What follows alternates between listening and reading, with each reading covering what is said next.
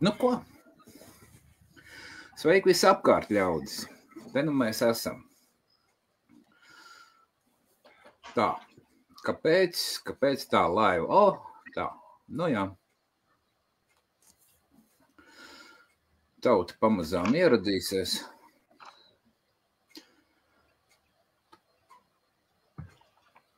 Kā jūties, Sandra? Labi. Es arī. Man prieks to dzirdēt. Tātad. Būtībā varam sākt. Mazliet par sevi. Kā jau minēju, šī būs nutriciologa saruna. Es nutriciologu arodu apguvu apmēram vairāk kā pirms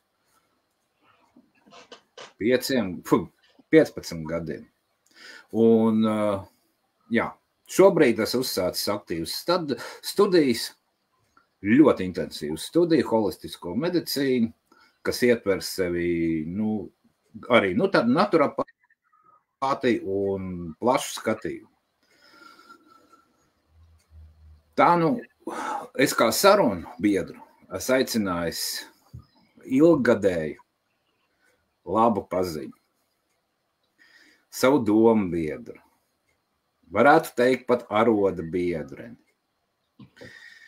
Cilvēks, kas arī tajā ir uz visiem 100% šajā nozarē.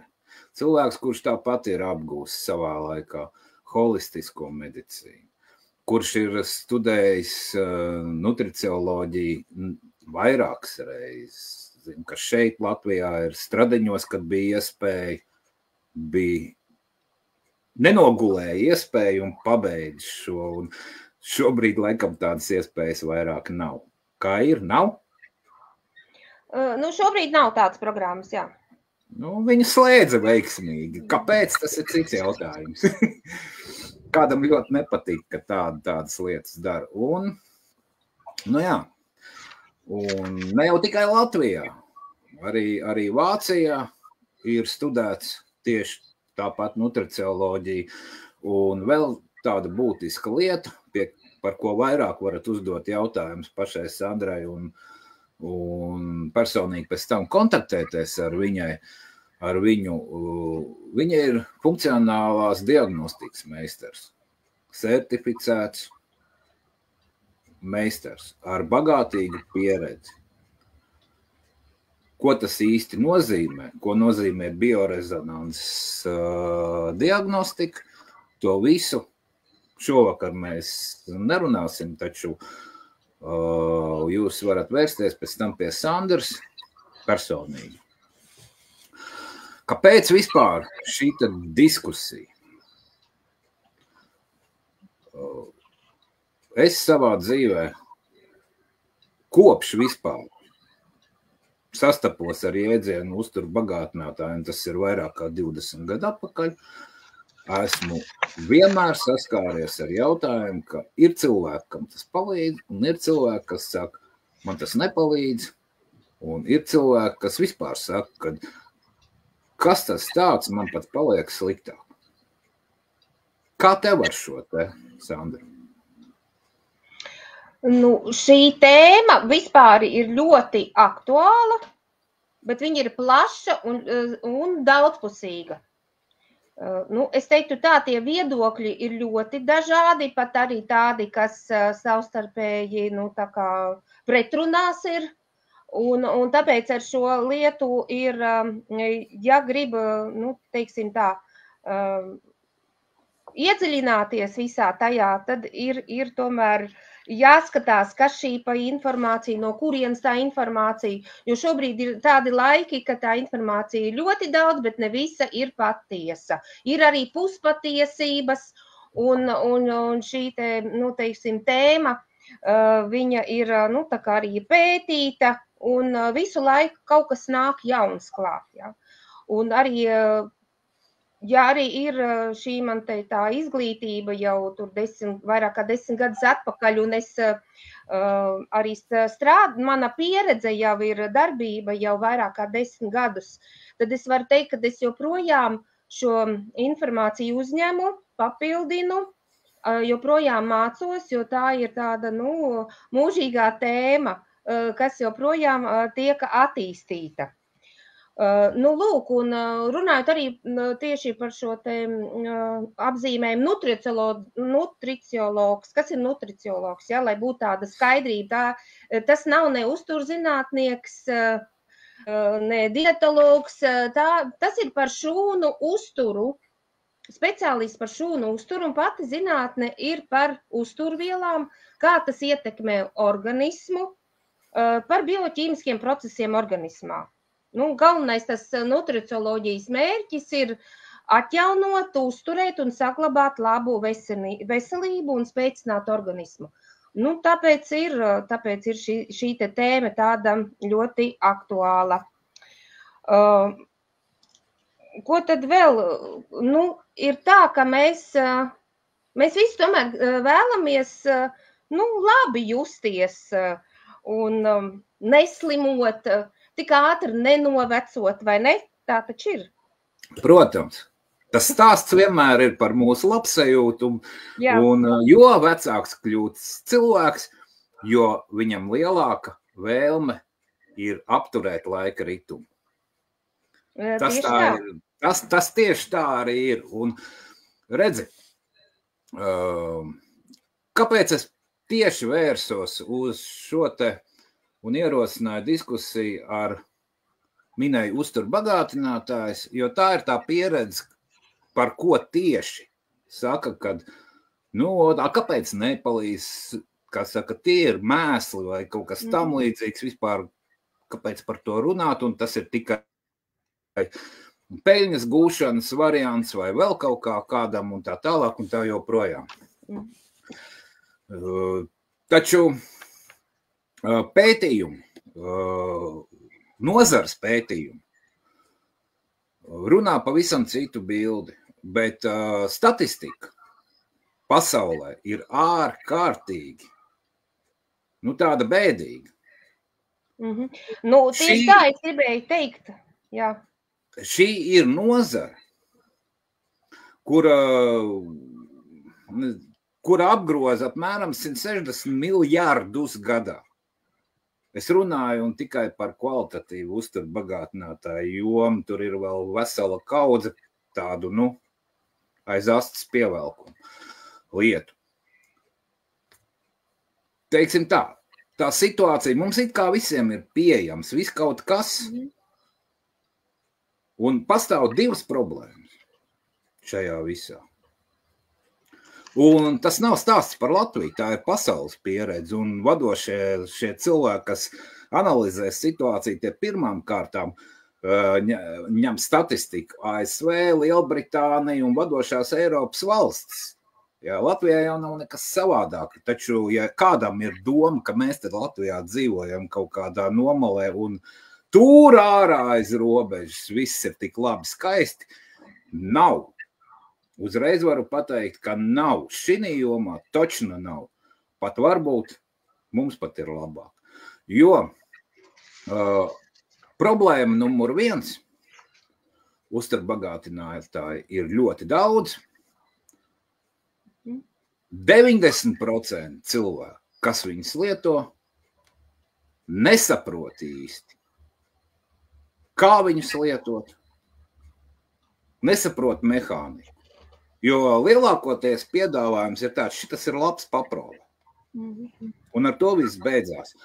Taču, lai parūpētos par savu veselību, ir sistēma. Un šo sistēmu zina maz cilvēku. Un ir maz cilvēku, kas arī viņu kvalitatīvi var pasniegt šo sistēmu. Otra problēma ir dārdzība. Cena. Un, ja būsim godīgi, tas, ko es esmu izpētījis Latvijas tirgu, jo mēs visi vairāk pa Latviju, tur tas neatšķirās. Cena visur ir apmēram tāda pati. Taču lai sastādītu tādu kārtīgu komplektu pieeju no uzturbagātinātājiem savai veselībai, nu, teiksim tā, tas piedāvājums ir ļoti tāds, nu, mazliet kā kuram, bet sākot no 300 eiro mēnesi līdz pat 450 eiro mēnesi. Tas ir tas, ko es runāju par augstas kvalitātes produkciju. Vai katrs to var atļauties savā dzīvē? Nu, mums tas turības līmenis ir tāds, kā ir tāds. Tāpēc atļauties to, un pasaulē arī ir tieši tā pati problēma. Pie kam? Ir man cilvēki, kas ēd kaut kādas vitamīnas, kaut kādas, nu, bet viņiem tā, nu, kā teica, es ēdu, bet kas tavā dzīvē ir mainījies? Nu, nezinu. Bet es vitamīnus ēdu. Nu, tā tas arī ir. Un tāpēc mēs skatīsimies pirmkārt jau šo problēmu par to, kāpēc strādā vai nestrādā. Pieskarsimies beigās arī par cenu. Par šo cenas problēmu. Jā, nu tu tā bišķiņ, tas abaidītos cilvēks ar tām cenām, bet mums tās mērķis tomēr mazliet ir, tā teiksim, neanalizēt tik ļoti šovakar, ja, šos te uzturbagātinātājs kā tādus, viņi tiešām ir ļoti daudz un tā cenu amplitūda ir dažāda un liela, ja, bet mēs tomēr šovakar varam pat, no tāda viedokļa parunāt, ko tad mēs varam darīt lietas labā, lai mēs uzturētu šo te veselību? Ja? Nav jau tikai runa par uzturbagātinātājiem. Ja?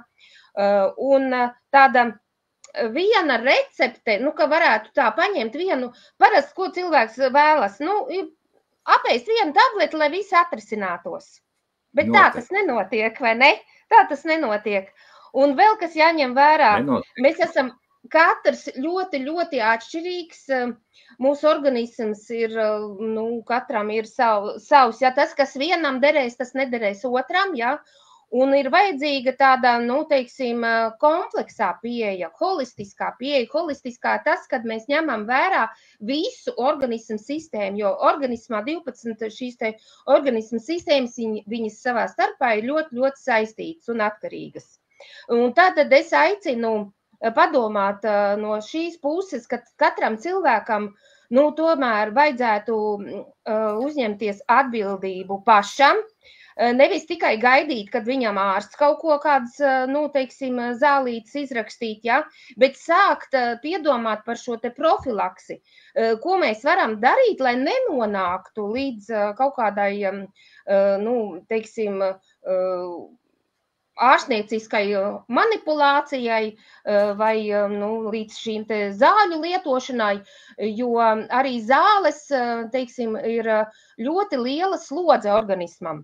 Jā, protams, ja ir kaut kādas akūtas problēmas, protams, tad ir jāgriežās pie ārsta un jārisina tas, un ārsti parasti arī cīnās ar sekām, ja, un jums izrakstīs tādas zāles, kas noņem simptomus. Bet tas, teiksim, nerisina to cēloni. Un ar cēloni, diemžēl, mūsu šīs dienas medicīna, diemžēl, nestrādā. Arī, netiek tā veiksmīgi un ātri uzstādītas arī diagnozes, bet arī par to es tagad negribu runāt, ja, jo es nesaku, ka nav jāiet pie ārsta. Es to nesaku, jā. Ir tātad, var sakot, ja ir akūtas problēmas, tad ir, tiešām jāiet ir un jāveic analīzes un lietas labāk kaut kas jādara. Bet šovakar es gribu parunāt par to, ko mēs varam darīt, lai nebūtu jāiet pie ārsta, ja, un nebūtu jādzer zāles. Jo zāles mums šobrīd ir ļoti daudz pieejams, tāpat kā uzturbagātinātāji. Bet simtiem, ja, ir dažādas zāles, bet vai tāpēc cilvēki ir veselāki? Diemžēl nē. Un kā speciālisti, augstas klases speciālisti saka, ka tik daudz zāles, bet tikai 5% ārstē. Iedomājieties, 5% tikai ārstē. Labi, bet šo tēmu mēs tad nepaplašinām, un mēs runājam par to, ko lietas labā cilvēks var darīt. Tā kā jau es teicu, cilvēkam jāuzņemās tiešām ir pašam atbildība par savu veselību. Un ja grib uzturēt šo, teiksim, labi justies, tad, tomēr ir kaut kāda informācija, tomēr ir, teiksim, jāsavāc. Ko cilvēks pats var lietas labā darīt? Tas, teiksim, tāds visplašākais, par ko runā un daudz informācija, protams, tas ir dzīvesveids. Ja? Kāds, kuram tas ir. Tāpat arī uzturs. Par uzturu, kā ēst, arī mums ir ļoti, ļoti daudz informācijas. Ja? Tāpat arī par kustībām, ka mums ir, tomēr ir jāatrod laiks un iespējas kustēties. Bet arī šos te 3 punktus par šo te dzīvesveidu, uzturu un kustībām, un, protams, arī ūdens ir ļoti svarīgi. Arī šovakar es par to nerunāšu tik smalki, jo, tiešām, ko es no savas puses varu pateikt par uzturu, ko es varētu ieteikt? Ēst daudzveidīgi un ēst vienkāršus ēdienus, dabiskus, mazāk ķīmiju, kur ir, un, protams, ēst nepārstrādātu, pēc iespējas mazāk pārstrādāt ēdienu, piemēram, es neiesaku pusfabrikātus, ja, un, protams, piedomāt par to, kādas, teiksim, veikalos šiem te produktiem paskatīties, kāds ir šis sastāvs un cik daudz tur ir ķīmijas. Tātad tas mans ieteikums ēst pēc iespējas veselīgākus, vienkāršus, mazāk ķīmiju. Un tas būtu tas no manas puses, ko es gribētu ieteikt. Bet es šovakar gribu parunāt par tādām lietām, kas ir, teiksim, mazāk varbūt pārunāts, un cilvēki pie tā varbūt nepiedomā. Pie tiem faktoriem, kas mums tomēr nosaka šo, kāda mums katram ir šī veselība. Un cilvēks ir tāda būtne, ka viņš miedarbojās gan ar apkārtējo vidi, ar dabu un arī, protams, ar apkārtējiem cilvēkiem. Arī tas ir svarīgi. Teiksim tā, kad ļoti svarīgi ne tikai kā mēs ēdam un kustamies un kāds mums ir miega režīms, arī tas ir svarīgi, ja. Bet kāds mums ir psihoemocionālais stāvoklis, vispār fons, ja, tad šis arī ir ļoti, ļoti svarīgs, varbūt pats svarīgākais, jo pēc manas pieredzes, kad nāk cilvēki pie manīm arī veģetārieši un saka, ka viņi ir tā kā sabalansēti ēd un lieto arī uzturbagātinātājs, vitamīns, minerālus, bet vienalga viņiem ir kaut kādas problēmas, teiksim, no tādām sūdzībām, ko es varu minēt, tādas visizplatītākās. Tās ir galvas sāpes, nervozitāte, tāds mainīgs garas stāvoklis, nogurums, trūkst enerģija, nespēks, ja, slikts miegs, augsts asinsspiediens, tūska un tā tālāk, un arī veidojās, teiksim, tādi iekaisumi bieži, kaut vai tā pati angīna, vai gastrīts, vai artrīts, tie visi ir iekaisumi.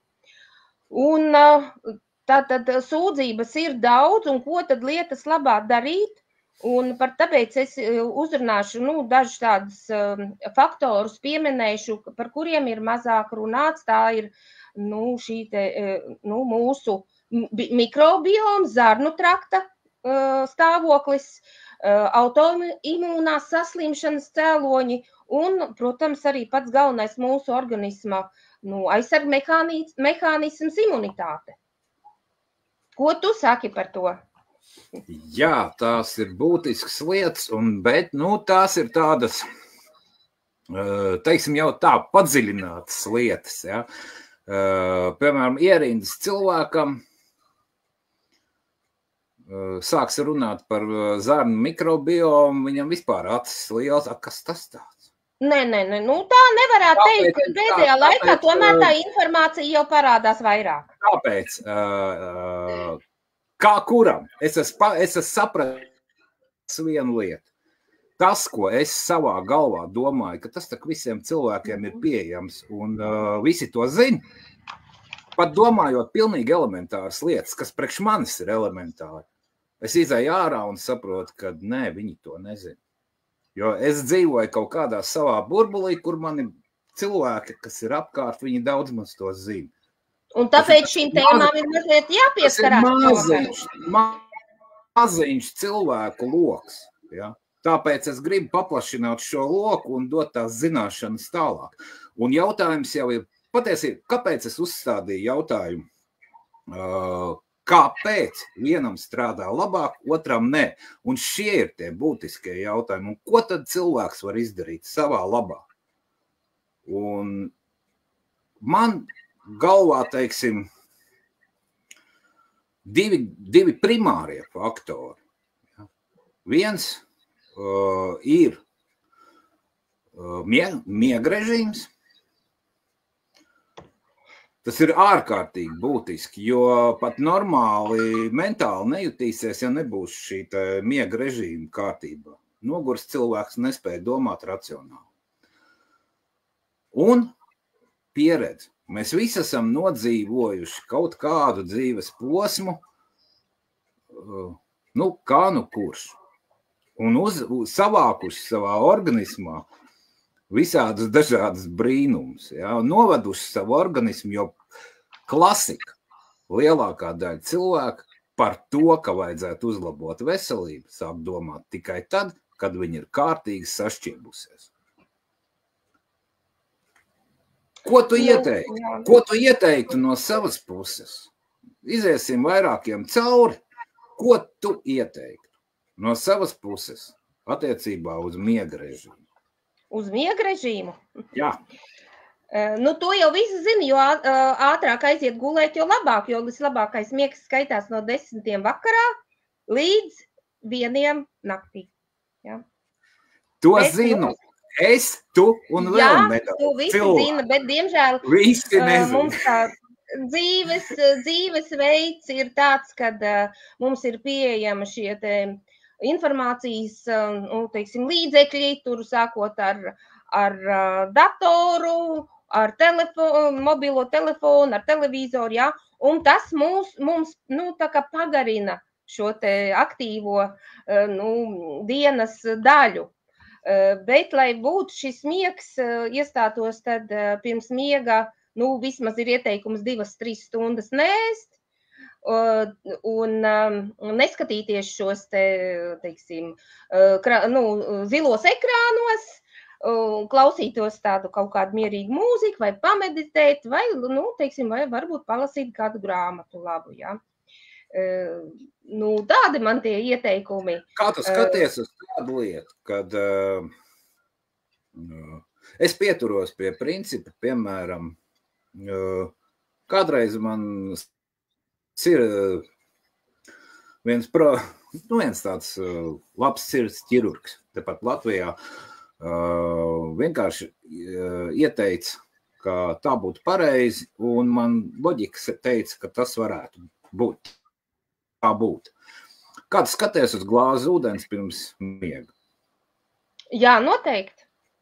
Es uzskatu, ka vajadzīgi. Tur domas dalās. Es varētu teikt tā, varbūt tai vakara periodā, tai posmā nedzer daudz, bet pirms gulēšanas es pieturos pie tā, kad ir jāiedzer tā glāze ūdens. Ja kādam tas neprasās, viņš var nedzert, bet ir viedokļi, un es pie tā pieturos, ka tomēr šis te ūdens palīdz atšķaidīt, teiksim, pašķaidīt asinis kaut vai teikt tā. Jā, jo lietā, ko pamatoja, cilvēks, kas ir, sirds ķirurgs un, teiksim tā, gandrīz varētu teikt labākais šeit Latvijā, viņš, ja ko tādu saka, viņš pamato ar zinātniskiem pētījumiem. Un pētījums saka, ka tas pa 45% attālina infarktu un insulta risku naktī. Jā, tā ir. Tāpēc es cenšos, ja kāds to nevar, to var sākt darīt pamazām, padzeries mazliet, nākam pēc pāris dienām bišķi vairāk. Un tā raugoši progresi, lai ir tā, lai pieradina savu organismu. Jā, tāpēc es teicu, nevajag lielos kvantumos tieši uz vakarpusi dzert. Bet tā viena glāze pirms gulētiešanas vai, sākt ar pusglāzi, ja nevar to vienu glāzi, ja, tad tu šo lietu var darīt, jā. Vajag. Ne tikai var, vajag darīt. Tāpēc iedzersim. Lūk, tas arī ir papildus hidratācijai. Lūk, par pieredzi, par to, ko mēs savācam līdzi, kas ir jau radījis lielākai daļai cilvēku, kas sāk domāt par veselību. Ja kaut kas viņiem ir sagājis šrejā, tad viņi jau ir, kā saka, uzvākuši tur ļoti daudz lielu tādu vezumu uz savu organismu, ar ko tas organisms netiek galā. Tev ir pieredze, pie tevis nāk arī cilvēki konsultēties visu, un domāju, ka tev par šo arī ir ko teikt. No savas tādas praktiskās pieredzes es strādāju ar aparatūru, kas nosaka šo te visu organismu sistēmu stāvokli, un mēs varam redzēt, kas to ietekmē, kas ir cēlonis un kādā stāvoklī tas viss ir. Tad es varu pateikt tā, ka 99% tie klienti, kas pie manīm atnāk, ar ko mums ir jāsāk, tā ir organisma attīrīšana. Arī tas ir ļoti svarīgs moments veselības uzturēšanā, ko, diemžēl, cilvēki nepiekopj, bet ko nozīmē šī te organisma attīrīšana? Mēs dzīves laikā, uzņemam, mēs neesam, mūsu organisms nav viens pats. Tur ir, apakšīrnieki.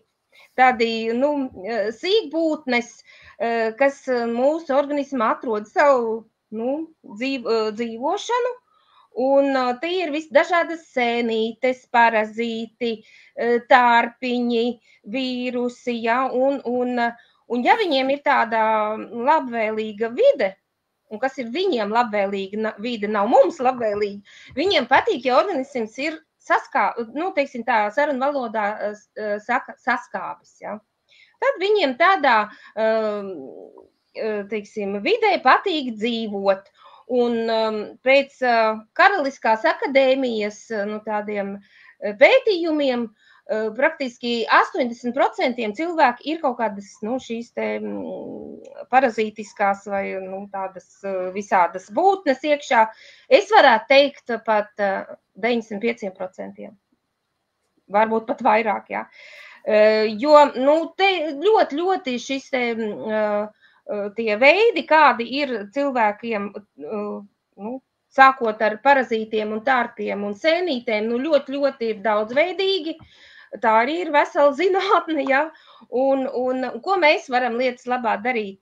Viņiem veidot šo te viņiem nelabvēlīgo vidi, tas ir vairāk mums ir stiprināt sārmainu vidi. Tas ir tas, ka mēs lietojam kaut kādas rūgtvielas, to pašu ūdeni vairāk lietot un, veikt tādu attīrīšanās programmas, kur ir dažādi augi, tā saucamo no fitoterapijas, kaut vai tās pašas dabiskās lietas, kas ir vērmeles, krustnagliņas, un veikt šo attīrīšanos vismaz 2 reizes gadā. Vismaz 1 reizi gadā, bet 2 reizes gadā noteikti, jā, bet, tā ir tāda lieta, ko cilvēkiem ir jāpiekopj. Un kā to izdarīt, arī ir ļoti daudz, informācijas un var, protams, arī konsultēties pie speciālistiem. Bet tāda attīrīšana ir jāveic, un vēl es gribētu pieminēt, kad mums organismu sistēmā ir tāda limfātiskā sistēma. Arī par to ļoti maz ir informācija, bet kas ir limfātiskā sistēma? Tā ir starp šūnu telpa. Tas, kas ir starp šūnām. Varbūt noteikti cilvēki ir dzirdējuši limfu mezgli, ir tā dzirdēt, ja citreiz tie limfu mezgli var iekaist. Un ko tad dara šī te starpšūnu telpa? Viņa attīra no visa liekā un izvada ārā.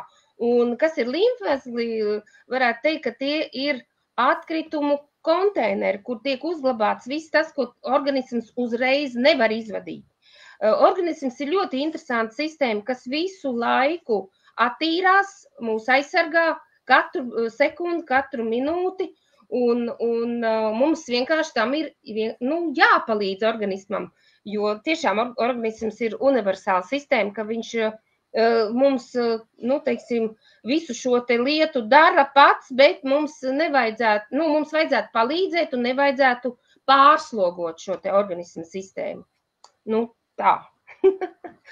Jā, tāds vienkāršas lietas, ko izmainīt, izrevidēt savu leduskapu, man liekas, tas ir pirmais darbs, un lai attīrītu organismu no kaut kā nevēlam, jāpārstāj vienkārši ar to piepildīt sākumā savas orgānus. Tas ir tā, runa par uzturu, par kaitīgiem ieradumiem. Tur ir dažāds stāsts, bet ja grib kaut ko mainīt, tad, tas ir jādara. Ja mēs tīram leduskapī, tad arī mēs tīram arī sevi.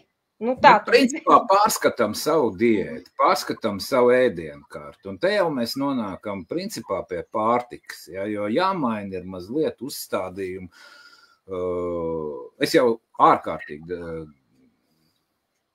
ļoti sen, piemēram, vienmēr lasu sīko druku uz pārtikas precēm, kas man ir izmainījis pilnīgi paradums, kā es iepērkos veikalā.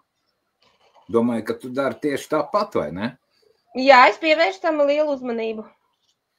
Un tieši tāds jau ir tas stāsts par. Taču pārtiks joma, man liekas, ir tā, par ko visvairāk cilvēki ir dzirdējuši. Viņi meklē ceļus, nomest svāru un visur viņi atdurās pret pārtiku. Un ir vēl viens faktors, kā man vairāk kā 20 gadus atpakaļ viena no pirmām mentorēm, kas vispār uztur bagātināšanas jomā, teica viedus vārdus: ja tu, Ivo, sēdēsi kājas krustām uz dīvāna pie televizora, maz vai tev kādi, lai cik kvalitatīvi uztur bagātinātāji palīdzēs. Tā kā, un viņai ir taisnība. Tāpēc jau es teicu, ka šī ir kompleksā pieeja. Nav tāda viena tablete un nav viena recepte, bet ir tādas pamatlietas vairākas, kas visu to ietekmē. Jā, jo, uztur bagātinātāji nav... Panacēja, jā. Pirmkārt, nav panacēja, tā ir sistēma. Tā ir pārtika, tā ir gudra pārtika, tā ir koncentrēta pārtika. Un, teiksim tā, labākajos gadījumos, ja skatās uz augstiem plauktiem, tā ir ļoti ekoloģiski tīra pārtika. Koncentrēta un tīra.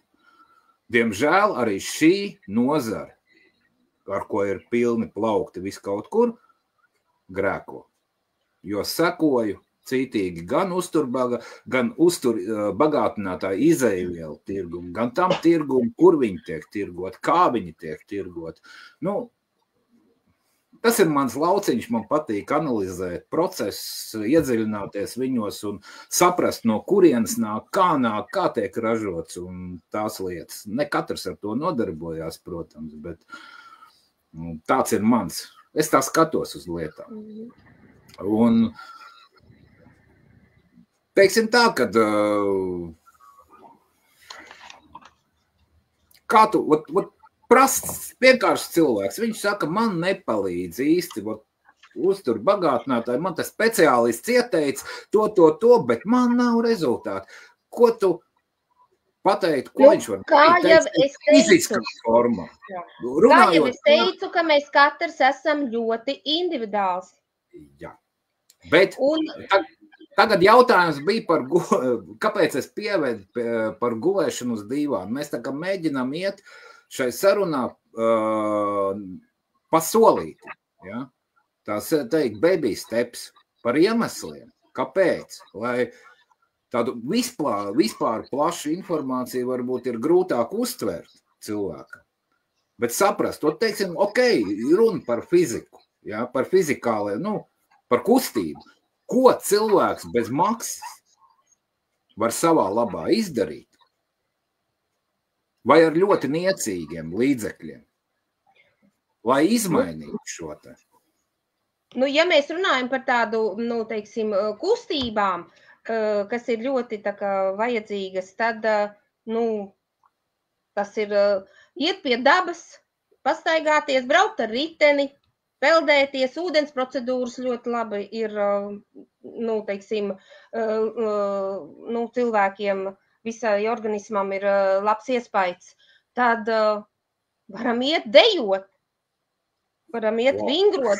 Labi, bet mēs varam arī, teiksim, kaut vai arī mājas apstākļos arī pavingrot. Nav jau obligāti ir vienmēr jāiet uz sporta zāli. Tas ir tiešām atkarīgs no katra cilvēka. Un runājot par tām kustībām, es vienu niansu pateikšu par to, ka mums ir šī limfu sistēma organismā, kurā atbild par organisma vielmaiņu un teiksim, atbrīvošanos no visa liekā. Tad pašai limfu sistēmai viņām nav, teiksim, muskuļi, kas viņu kustina.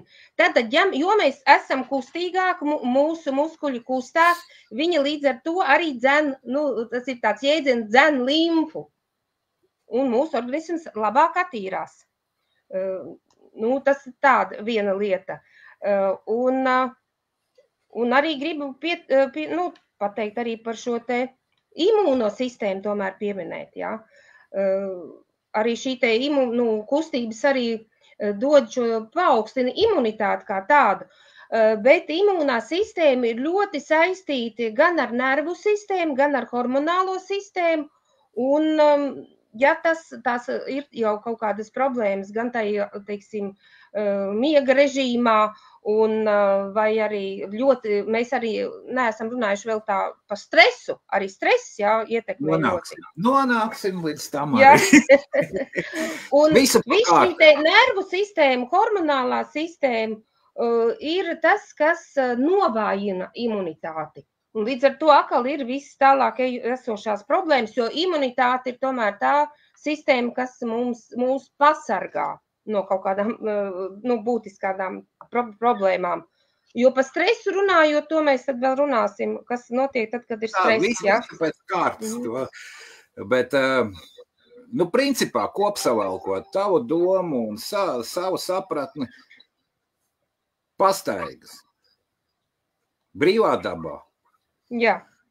Limfātisko sistēmu kustina kājas pārsvarā. Jā, viss, kad mēs kustamies, mēs arī kustinām limfātisko sistēmu. Jo viņa iet no kājām uz augšu.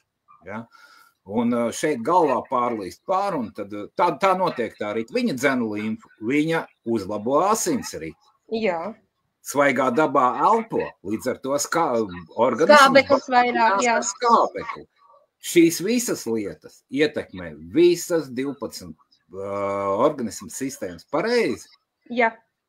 Kārtīgi izstaigāsies, mājās varbūt uzreiz vajadzēs iet pasēdēt, kaut kur padomāt labas domas. Ja? Runājot par zarnu traktu un visu to situāciju, kas cilvēkiem tur ir no mazkustīgas dzīves. Taču cilvēks šodien ir pieejami. Atver YouTube. Atver Instagramu, pat TikToku, kurā gan es neskatos, ir ļoti daudz cilvēki piedāvā kaut kādus īsus ciklus, vērtīgas lietas, kā tu mājās vari pavingrot. Jā, tā nav problēma. Šobrīd gandrīz visiem ir pieejams internets, un tā nav problēma. Problēma ir tā, ka cilvēki to zina, bet 80% no tiem, kas to zina, to nedara. Nu, jā, tā jau ir, nu, teiksim, tāda apņēmība, uzņēmība. Tas ir fenomens, bet tā tas ir. Tie ir pētījumi. Ja? Ka zināt nenozīmē to, ka dara. Tas ir tāpat kā ar kaitīgiem ieradumiem. Zin, ka nevar darīt, piemēram, pīpēt, daudz lietot alkoholu, ja? Nu, tas ir tāpat, kad cilvēki nepievēju 25 gadus. Es nopīpēju 4. gadsimtu, taču es ļoti organiski izbeidzu. Tad, kad es sāku strādāt pie savu organismu un jau biju tā, izmainījis ļoti daudz ko, man tas izbeidzās pats no sevis. Es vienu dienu sēdēju krēslā, nebija aizgājis pēc cigaretēm un domāju, ko es lieldienu rītā skriešu pēc cigaretēm. Baigi man vispār vajag viņas. Un tā es izbeidzu slēpu. Tā es neaizgāju ne nākamā dienā, ne aiznākamā dienā. Fenomens bija tas, ka patiesībā dziļāk atvilknē man bija cigarešu paciņa, ko es atradu pēc 3 nedēļām. Bet tas mani nepavilka vairāk uz šo netikumu. Bija vienkārši pienācis laiks, ka tas man ļoti nepatika, un es organiski no tā atteicos. Un tā līdz šai dienai. Tāpēc tā tas ir, bet cilvēkiem ir grūti, un arī šeit ir nesen uzgrūdos uz statistiku par jaunu, tikko bija jaunais gads, tad ļoti daudz informācija par to bija pieejama, un jā, pētījumi no ASV universitātes vienas, kad viņi bija izpētījuši, kā ir ar fitness klubiem. Janvārs esot pats aktīvākais mēnesis. Ko tas nozīmē? Visi no jaunā gada grib vingrot, sākt.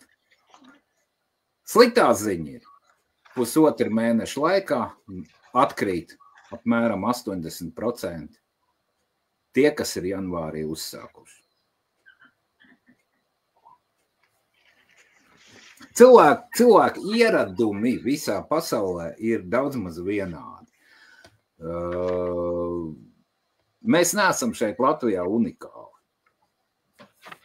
Tā tas ir arī Latvijā, tā tas ir daudz, kur neesmu, gan nav man pazīstama fitness klubu īpašnieki, nav bijis ar ko aprunāties, kā tā situācija ir Latvijā, bet pieļauju, ka stipri līdzīgi. Nu jā, tas viss ir par šo te dzīvesveidu, katram kāds ir viņa dzīvesveids, jā. Bet es tomēr vēl gribētu pievērsties tādai lietai, par cik es iesāku arī par šo te organismu attīrīšanu, un tu prasīji, kāpēc vienam cilvēkam iedarbojās kaut kādu uzturbagātinātāju, otram nē. Šeit ir svarīgi arī, tomēr ir jāpiedomā pie šīs te zarnu trakta. Jo viss ēdiens mums tomēr iecer šo te zarnu traktu, ar to mikrofloru, un ja viņi būs disbalansā, tad šīs te uzturvielas, kas ir tās 3 svarīgās olbaltumvielas, taukvielas, ja, tāpat arī ogļhidrātus, viņas nepārstrādās un neuzsūksies, un tāpat visādi vitamīnu un minerāli, ko mēs uzņemam ar pārtiku, ja nebūs kārtībā zarnu trakts un šis te mikrobioms.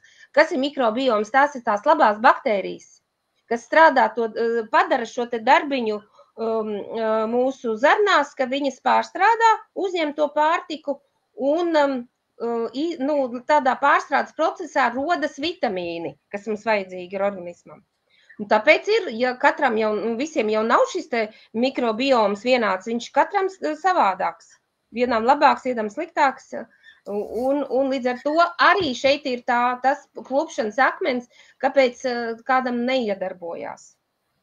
Tātad jāsāk ar attīrīšanu, dzīvesveidu attīrīšana. Es tev piekrītu, jo būtībā atkal atgriežamies pie pat fiziskām kustībām, jo tas viss ir mūsu dzīvesveids. Un jebkura situācija mūsu organismā ir dzīvesveida rezultāts. Fiziskās kustības ir mūsu dzīvesveids, ēšanas paradumi ir mūsu dzīvesveids, pat mūsu domāšanas veids ir atkarīgs no tā ir atkarīgs mūsu dzīvesveids. Ja, tāpēc tie visi faktori ir mūsu dzīvesveids. Un neviens daba nav atcēlis faktu, ko varbūt ne visi cilvēki arī zina, ja, kad Kur tad mums uzsūcās tās visas pārtikas vielas priekš zardās? 99%. Kāpēc 99%? Tāpēc, ka alkohols uzsūcās mutē. Un kuņģi.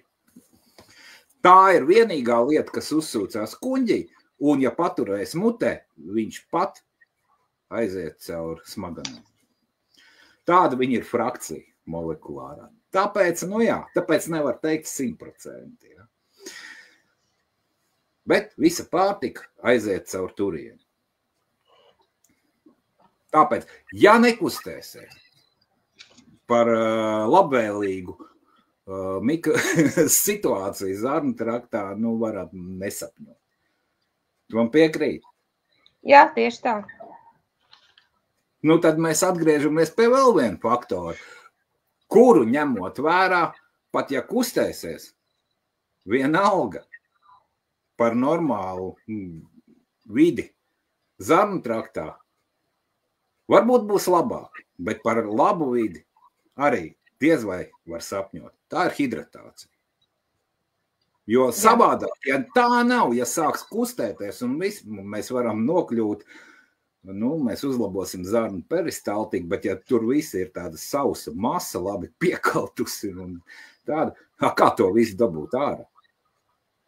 Un galā... Vēl jau ir tas, kad mums jau organisms sastāv no šūnām, ja? To tā kā visi zina no skolas laikiem, no bioloģijas. Es pieļauju. Zina, bet vai to dzīvē apzinās? Tas arī baigais jautājums. Un kas ir šūnām kādas pamatvielas? Viena no tām ir ūdens. Mēs principā 70–80% sastāvam no ūdens. Mēs esam pamatā olbaltuma maiss, kas pildīts ar ūdeni. Jā, olbaltums un ūdens, jā. Olbaltums tas ir, tas ķieģelīts. Tā ir otrā lielākā sastāvdaļa. Jā. Tā kā bez ūdens nekur. Bez ūdens nekur un hidratācija. Bet man ir cilvēki, kas atnākuši pie manīm un saka, ka negaršo ūdens. Nav pieredzi. Es tev varu pastāstīt elementāru lietu. Savu pieredzi. Bija laiks, pirms es sāku meklēt variantus, kā uzlabot savu veselību, jo man iestājās tāds, drūms laiks. Es dzēru tikai saldinātos, gāzētos dzērienus. Es nedzēru ūdeni. Man ūdens bija pudelēs, vēlams ar burbulīšiem, labākā gadījumā minerālu ūdens, sliktākā gadījumā krāsainie tur dažādi. Pēc gaumes. Ja, kola man nekad nav īpaši gājis pie sirds. Lūk, es arī nedzēru ūdeni. Kā es sāku? Es vienkārši sāku. Un tāpēc, ka man pateica, ka tas ir risinājums. Un tas ir svarīgi. Un es sāku ar nelielu daudzumu. Es sāku nedaudz nomainīt savu. Es neieliku mašīnā, neiebraucu benzīna tankā, nenopirku krāsāju no pudeli, bet man bija jau somā ūdens pudelīti. Un tā es pamazām. Un vienalga, tas process ir jārēķinās ar blaknēm. Un tā tas ir daudziem cilvēkiem. Kādam vieglāk, kādam izsauc kaut kādas blaknes, jo organisms, ja tu sāc, jo straujīt īpaši, ja tu sāc likt, pēkšņi sāk dzert ūdeni, viņš jau nesaprot. Tu viņas pieradinājis dzīvot tur tādos ļoti, kā saka, apstākļos. Organisms pielāgojās. Viņš ir pielāgojies pie bada. Tu nodzīvojies 20 gadus tuksnesī, un ja pēkšņi tev ielīst iekšā, nolīst lietus, ja, kas ir, viņš domā, varbūt tas ir vienreiz 100 gados. Ja. Ko ar to darīt? Kāds nesaprot un tev visu izdzen ārā, ja? Tev vienkārši iziet cauri pirmā deva, jo organisms nesaprot, vai tas tiešām var notikt. Otrs ir, kad organisms vienkārši šo ūdeni, kas saprot, vau, velts, lietus līst un uzkrāj. Un tas atkal var radīt kaut kur kaut kādu īslaicīgu tūsku, vēl kaut kā. Tā var reaģēt. Tāpēc vēlams vienmēr nomainīt šo lietu, sākt dzert. Pakāpeniski. Jā, pakāpeniski. Atgādini, ļoti labi tu atzīmēji. Atgādini, cik ir fizioloģiskā norma cilvēkam? Cik daudz ūdeni? Jā. Nu, es pieturos, nevajag pārspīlēt. Pēc sajūtām, atkal cik mums tas, teiksim, vienam ir lielāk tā ķermeņa masa, otram mazāk, bet vidēji kaut kur 2 litri. Ja cilvēks ir lielāks, masa lielāka, varbūt pat mazliet vairāk, ja ir, teiksim, jūt, ka nevajag, teiksim, tos 2 litrus, mazliet mazāk, bet ne mazāk par 1,5 litru, noteikti ne mazāk. Tad vidēji 2 litri, 2,5, jā. Nu, ņemot, ka mums ir 2 kategorijas, cilvēki varbūt, kas smagi strādā, tas vairāk, Bet nevajadzētu nonākt līdz tādam stāvoklim, kad slāpst jau. Tas jau ir, tā ir dehidrācija.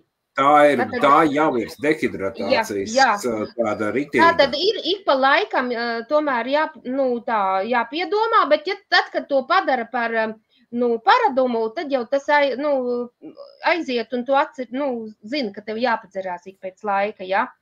Protams, kad nevajadzētu dzert, tas neiesaka ēšanas laikā, teiksim, pusstundu pirms ēšanas var padzerties un stundu pēc ēšanas tīru ūdeni. Un, protams, arī no rīta es iesaku, kad pamostās nevis ar kafijas krūzi rokās, bet pirmais ir izdzert vismaz glāzi, bet labāk, tad, kad jau tu pieradini organismu pie ūdens, tad ieteikums ir pat 2 glāzes, bet tādu siltu, nevis augstu ūdenīt, bet tādu vidēji siltu. Tas šķīdina visus tos, kas ir kaut kas sakrājies organismā, tas, tiek izšķīdināts un izvadīts ārā. Vēl cilvēki baidās no tā, ja es daudz ūdeni sāku dzert, man, bieži jāiet uz tualeti. Bet tas ir varbūt pašā sākumā, tad, kad palielina šo te ūdens daudzumu, ja? Bet tad, kad jau tas paliek par ieradumu, tad organisms sakārtojas un nemaz tik daudz bieži nav vajadzības iet uz tualeti. Es pieturos pie pētījumiem, kas tika 20 gadu laikā pētīti un vadīja tur Japānas tas vienīgais institūts, kas ūdeni pēta, un tur piedalījās 5 spēcīgi institūti, kas definēja, kad, lai pamostos cilvēku organisms, lai visas sistēmas varētu iedarbināt, tie ir 680 ml pieaugušam cilvēkam. Es dzeru, man ir pudelīts 700 ml. Es to dzeru katru rītu. Man tas prasa 2-3 minūtes ar baudu izdzert. Tieši tā kā Sandra teica, siltu, mazliet, tā kā istabas temperatūra. Jā. Ja tu vienīgi nedzīvo leduskapī.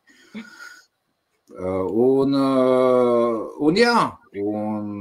man nevajag papildus baigi skraidīt uz tualeti, organisms, viņš jau sen saņem šo režīmu, viņš racionāli arī izmanto šo ūdeni. Tāpēc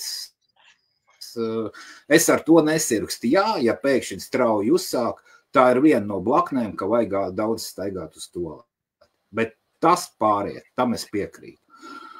Un ja skatāmies, ko saka biologi, viņi saka 30 ml uz 1 dzīvesvaru kilogramu, varat paši parēķināt. Ja smagi strādā, ja ir fizisks darbs un daudz svīsti, 40. Tas īpaši vīriešiem, laikam, lai gan paskatoties te Latvijā, liekas, ka daži labi sievieti rukā un noraujās daudz vairāk nekā dažlabs vīrietis. Bet vēl es gribētu vienu lietu tomēr atzīmēt. Ir svarīgi arī ne tikai vienkārši dzert ūdeni, bet arī ūdens kvalitāte. Protams. Un es neieteiktu tomēr dzert no krāna, lai kā arī mums saka pašvaldības un ūdens kantori, kad ļoti labs ūdens tek pa cauruli un jūs varat droši dzert, tā tas tomēr nav. jo, es domāju, ka cilvēks saprot, ka tur tiek pievienots chlors, un chlors ir ļoti kaitīgs organismam.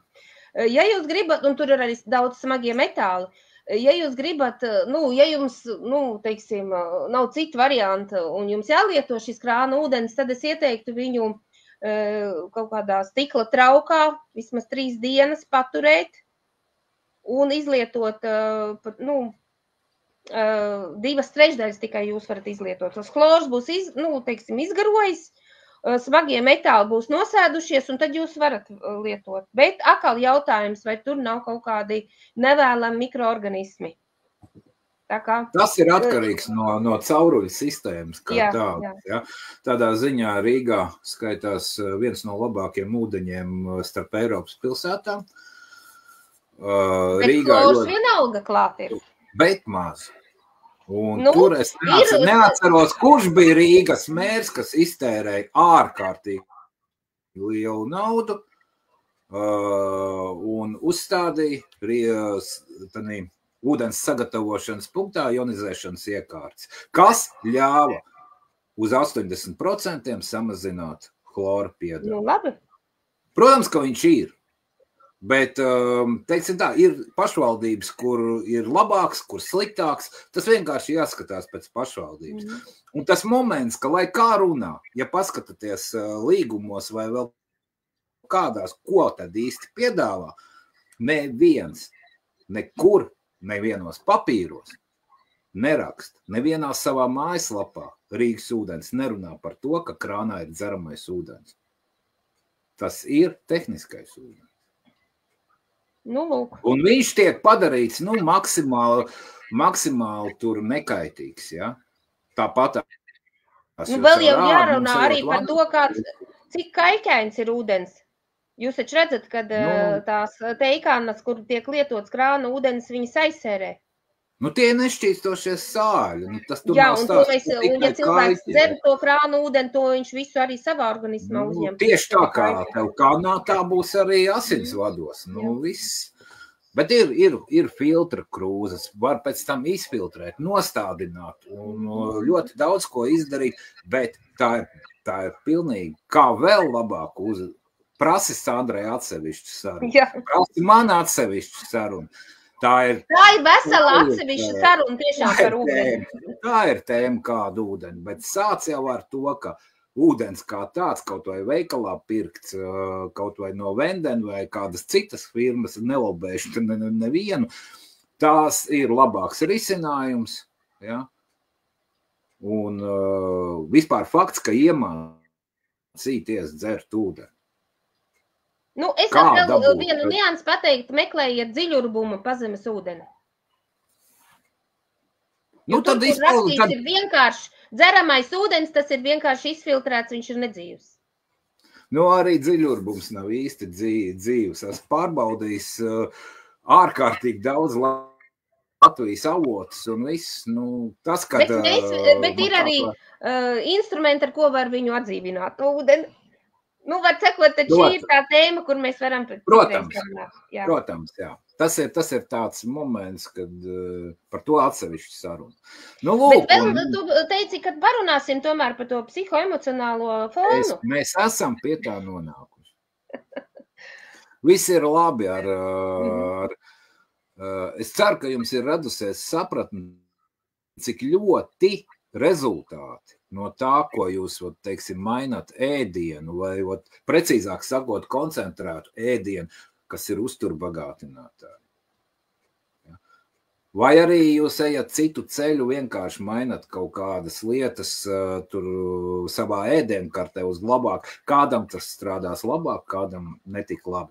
Vaina nav šajos produktos. Vaina nav uzturbagātinātājos. Pie nosacījumiem tie ir kvalitatīvi. Vaina ir mūsu dzīves veidā un to, ko mēs esam uzkrājuši. Un tāpēc ir vajadzīga. Tā ir lieta, kas lielai daļai, kam ir kas lieto uzturbagātinātājs, viņiem nav pat normāli, kur pakonsultēties, ko vajag, kā vajag, kāpēc vajag un ko vajag izdarīt vispirms, lai gūtu labāku rezultātu. Tāpēc šī situācija tāda pasaulē ir. Tas ir it kā fenomens. Tās lietas ir, kas paļu. Veselība labāka nepaliek. Ja. Tieši tā, kā jau es teicu sākumā, tā ir kompleksā pieeja. Ļoti individuāla un kompleksā pieeja. Tāpēc es aizgāju studēt holistiku. Jo tas ir stāsts par fizisko ķermeni, par mentālo veselību un par garīgo veselību. Tā jau ir tas teiciens, ka visas slimības nāk no galvas. Ir taču tāds teiciens latviešiem, vai ne? Ir. Veselā miesā vesels gars, jeb gars var būt tikai vesels, tad, ja ir vesela miesa. Ņem kā to gribi. Saka tādi speciālisti, kad, ja mēs arī pievelkam klāt kaut kādas tādas garīgās, psihiskās lietas, ka ik viena slimība vispirms rodas mentālajā līmenī. Pēc tam viņa pāriet astrālajā līmenī, un beigās viņas izpaužas arī tai fiziskajā līmenī, tas ir mūsu organismā. Medicīna ar to saskarās aizvien biežāk. Cik ļoti viņi to atzīst vai nē, taču noliegt jau vairs nevar, kad arī medicīnā rezultāti ļoti ir atkarīgi no tā, kā uz šīm lietām skatās cilvēks. Kāda ir attieksme, kāda ir domāšana, kāda ir viņa ticība. Jā. Par to, ka vispār viņš taps vesels. Jā. Cik liela ir vēlme dzīvot. Jā. Piemēram, tādas lietas kā bailes, skaudība, aizvainojums. Tās ir ļoti, ļoti tādas negatīvas lietas, kas ļoti ietekmē visu organismu, visu arī veselību. Tieši tā, jo, piemēram, no tādas lietas kā stresa mums varbūt ir ļoti grūti mūsu apkārtējā vidē ir izvairīties, bet tomēr mēs varam, tagad moderni saucās stresa pārvaldība. Jā, mēs nonākam kaut kādā stresa situācijā, jā, mums ir šis satraukums, stress, jā, bet mums ir jāmāk savākties, un pēc tam, ko mēs varam likt stresam pretī, tas ir tas, kad mēs tā kā daram lietas, kas mums patīk, vai kaut kādā veidā atslābināmies, jā, jo, ja ir šīs te negatīvās domas un stresa ķermenī, kas ļoti izdalās, tas ir kortizols, adrenalīns, jā, kas atkal bojā tiek, viņas izsit no līdzsvara šīs te imūnšūnas, kas mūs pasargā. Un tad, kas notiek, kā es pieminēju, tās autoimūnā saslimšana, tātad imūnā sistēma tiek izsista no līdzsvara, un šīs te imūnās šūnas uzbrūk pašam organisma šūnām. Un tad rodās, ja šīs te autoimūnās saslimšanas, tās ir alerģijas, iekaisumi, astma, kaut kādi ādas izsitumi. Tādā veidā organisms tā kā pats iedarbina, ja šos te negatīvos, šīs te negatīvās sekas. Tad ko tad mēs vietas labā daram? Šajos te laika apstākļos, šajos te ekonomiskos apstākļos, kā saka, skatoties zilajā ekrānā, kur 90% ziņas ir destruktīvas. Ja? Viss ir slikti. Kā lai? Es esmu iemācījies, man ar to tā kā problēmas nav, bet es mostos priecīgs, eju gulēt pateicīgs. Ja? Man tas ir, man diena vienmēr ir. Es esmu laimīgs cilvēks. Ja? Kā būt cilvēkiem? Jā, bet tu ar sevi esi ilgstoši vairākus gadus strādājis. Protams. Tā ir, tieši tā. Vai ir vienkārši, vai ir kāda brīnum tablete vai brīnum lieta, kas tev vienā pieskārienā izdzen viss tarakāns no prāta ārā? Nē, tas ir darbs ar sevi. Tas tieši tā, lai tu varētu sākt mācīties, pārvaldīt savas emocijas, jo mēs katrs esam ar savām emocijām. bet viņas jāmāk pārvaldīt. Ja tu esi atbildīgs, pieaudzis cilvēks, nu, tev viņas tomēr ir jāmenedžē, teiksim tā, jā. Un ja arī tu esi dusmīgs, tas jau nav, ka tu, vai cik slikti es esmu tagad dusmīgs. Nē, tad, kad ir iemesls, tu esi tajā brīdī dusmīgs, tā viņš arī ir. Un tev tas ir jāpieņem, pēc tam ir jānomierinās, ja? Un tai situācijai ir jāatrod risinājums. Tev jāapskatās, no tā, nevis visu laiku vārīties, jā, Dievs, kas tur tagad un šitā, jā, bet tev ir jāmāk paskatīties uz to lietu, uz to situāciju no malas, un tad tu daudz labāk redzēsi to risinājumu. Tas ir viens. Otrs ir tas, ka nevar ilgstoši turēt dusmas, aizvainojumu, nevar domāt visu laiku par pagātni, ka tur kaut kas slikts ir noticis. Tev vienkārši ir jāpieņem. Jā, tas ir noticis tā, tas ir noticis, un tu tur neko nevari mainīt. Tu vari tikai mainīt savu attieksmi. Bet ir mans personiskais ieteikums to dara, un arī daudz psihologu to piekritīs, kad nevar ilgi turēt šo te pagātni un atskatīties un domāt par to. Ir jādzīvā šodien, tev ir šodien jādzīvo. Protams, ar kaut kādu plānu uz rītdienu. Bet arī nevar aizrauties ar kaut kādām, teiksim, visu laiku kaut ko tur, tādus plānus lielus taisīt un idejas un tikai domāt un par nākotni. Bet ir jāsazemējās un jādzīvā šodien, ko es varu izdarīt šodien, un novērtēt to, ka tā šodien mums ir šeit un tagad. Nu, redz, sāka runāt par vienu tādu lietiņu, kas ir, kur, būtībā jau tas viss ir pareizi, jo jebkuram plānam, ja tu teiksim, routerī, ja, kā saka, mašīnā tur vai kur mēģina vai kartē kaut kādu ceļa posmu no punkta A līdz punkta B, ir 3 svarīgas lietas. Pirmā svarīgā lieta – apzināties, kur tu esi un kādi resursi tev ir. Otra svarīgākā lieta ir apzināties, kur tu gribi nokļūt. Un trešā svarīgākā lieta ir, kas savieno šīs abas lietas. Kā es līdz tam punktam B varu nokļūt? Cilvēki ļoti bieži ceļ, kā saka, plānus, kā uzraksta noliek. Pirmkārt jau neko vairāk ar to nedara. Vai tā kaut ko var sasniegt? Nē. Vajag rīcība. Vajadzīga ir rīcība. Tas ir tas vidējais posms, ja? Ir jāsaprot stratēģija, kā tikt līdz tam plānam. Tas ir rīcības plāns un ir jābūt plānam. Plānam tādam, kuru tu pats tici, ka tu to vari izdarīt. Ja? Ja pats spēj noticēt. Ja? Un plāniem un ļoti svarīgi ir saprast, kurā vietā tu esi.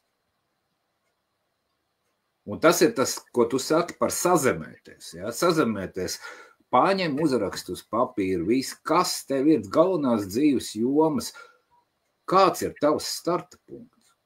Un tad padomā, ko tu gribi uzlabot, kur tu gribi nokļūt. Par šo es gatavoju 2 nedēļu bezmaksas treningu. Šeit pat dzīvo labāk lapā, es viņu promotēšu, laipni lūgti. Un tas būs tieši par to, kā palikt sazemētam, kā spēt piepildīt savus mērķus un kā nepamest, neapstāties pusceļā. Nav sarežģīti. Atslēgas vārds, to visu vajag izdarīt. Un es jums palīdzēšu, būs mājas uzdevumi, mēs iesim tādā 2 nedēļu ritmā, paskatīšos, varbūt būs vajadzīgs 3 nedēļas, taču tā, lai jūs katrs sasniegtu kaut kādu savu rezultātu, lai noticētu, kā tas iet un ka tas ir iespēja. To var piemērot jebkurai lietai dzīvē, ko jūs vēlaties sasniegt. Savādāk ir tāda bezmērķīga riņķošana uz vietas un runājot par veselību. Ja tev nav redzējums, kāds tu gribi būt pēc pāris dienām, nu, vai tev vispār ir motivācija, kur doties?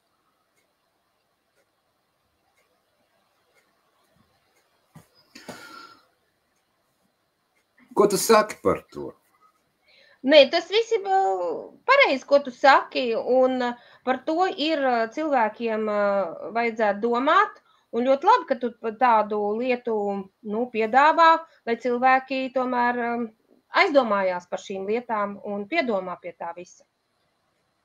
Jā, es zinu, ka bezmaksas lietas cilvēki tā kā baigi nenovērtē.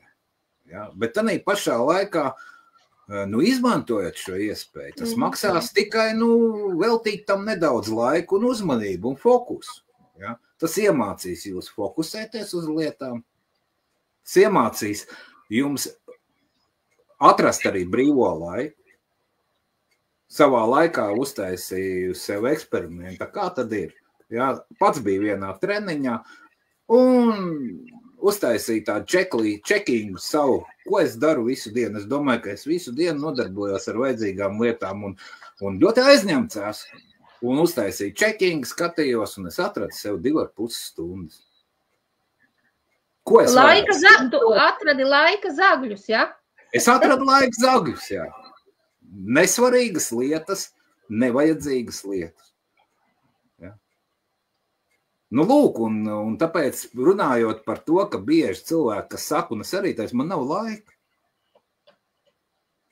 Vienmēr var atrast, ja labi grib. Protams, esmu ar mieru, kā saka, dalīties ar to, ko es zinu, ko es esmu savā dzīvē ieviesis, kā es šīs lietas veidoju un vienkārši ar tām lietām padalīties. Tas būtu tāds, bet tas ir piesakojiet lapai, sakojiet, kas tur tiek. Es runāšu tā kā solīts par to, kā dzīvot labklājību dzīvi. Un ja kādam ir ļoti interesi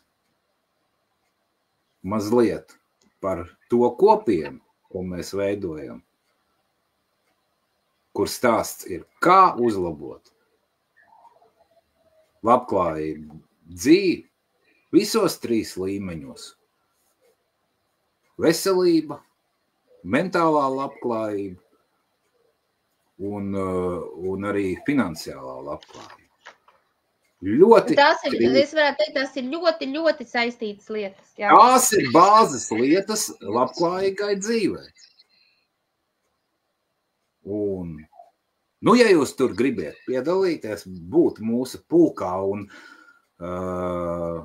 mēs esam gatavi dalīties ar visu to, ko mēs savā, kā saka, dzīvē esam pieredzējuši, kā mēs esam ko vērtīgi guvuši.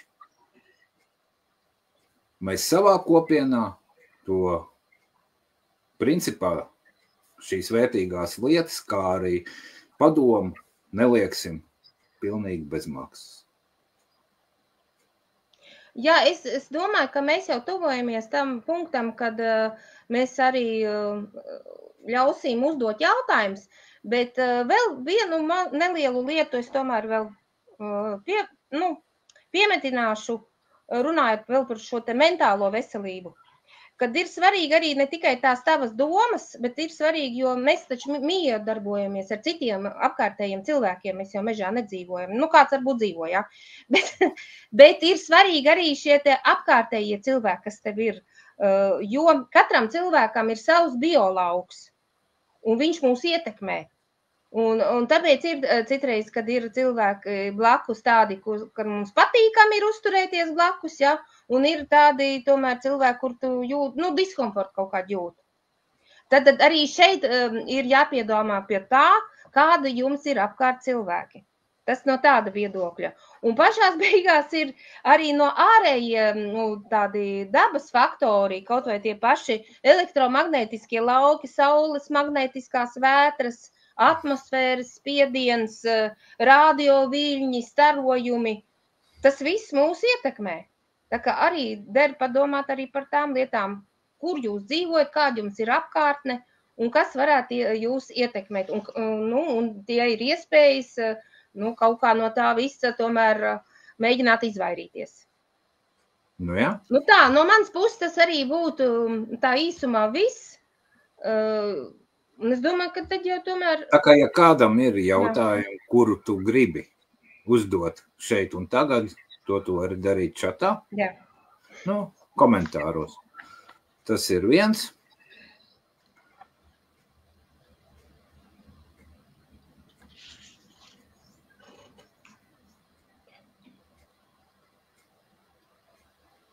Kamēr kāds domā, vai grib vai negrib, tad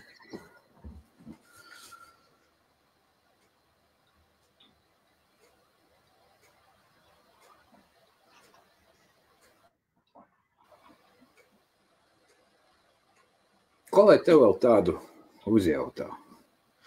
Ja neviens nejautā tev, gribās tev vēl kaut ko pajautāt. Lūdzu. Pasaki varbūt kādu vārdu, kas ir tā funkcionālā diagnostika, biorezonances? Teiksim tā, nevis tehniski, kas tā ir, bet ko cilvēks iegūst?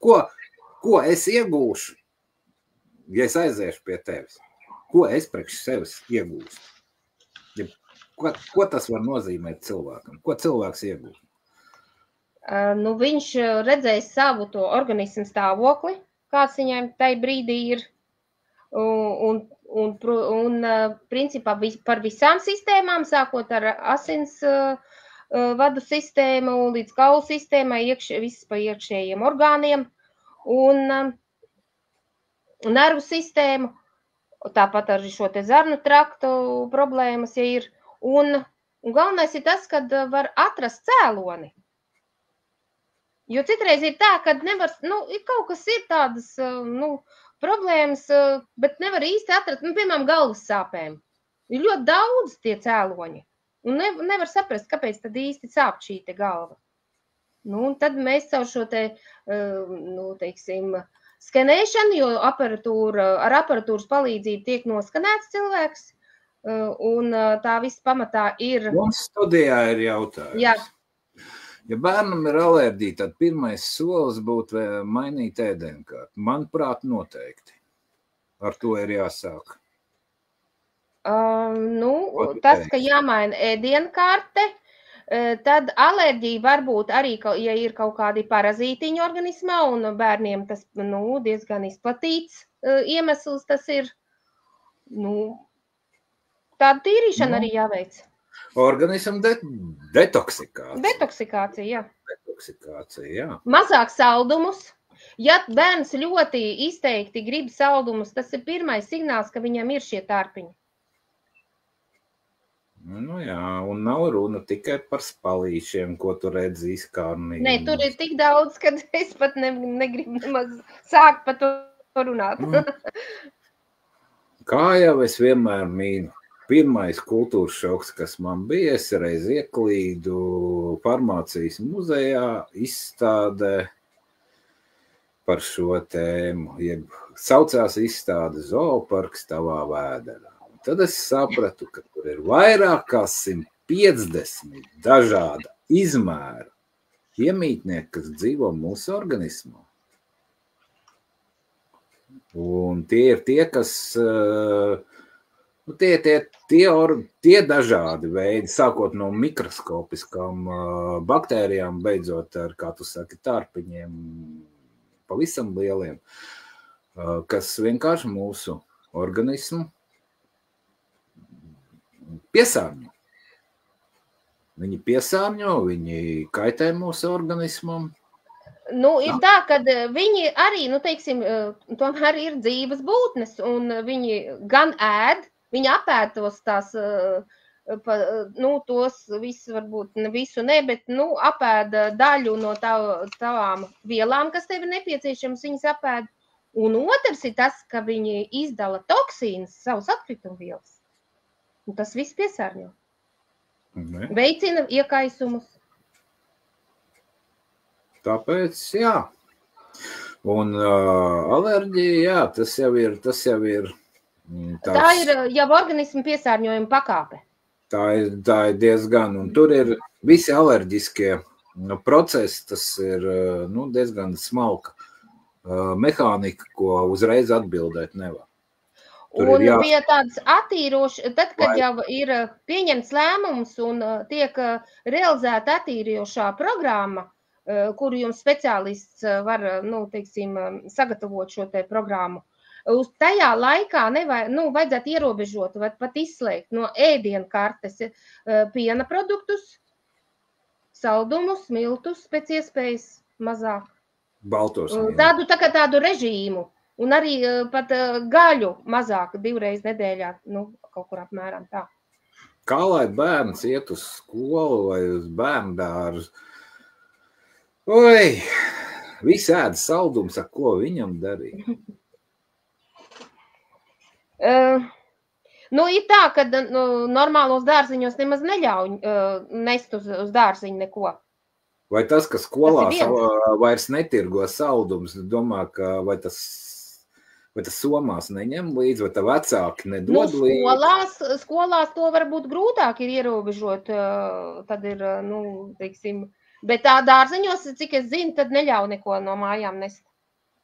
Tāpēc, ka tur ir ne tikai tas, ka tas ir slikti, bet arī, ka tur tie konflikti rodās arī starp bērniem. Rodās, ir. Tās ir problēmas. Un, kad mēs atbildējām tev daudz maz uz jautājumu. Jā, mēs varam par to sīkāk aprunāties, tad man ir jāzina daudz lielāka bilde. Protams, ka mums vairāk informācija vajadzētu, un vēl viena lieta, kad arī ir iespēja arī kaut kādas analīzes uztaisīt. Par to arī ir jāsaka, kad jātaisa analīzes, kuras pat tā, ģimenes ārsti vai citi ārsti, nav tādi naski uz tām analīžu piedāvāšanu, kad jātais analīzes. Tas ir tā, kā kurš ģimenes ārsts. Jā.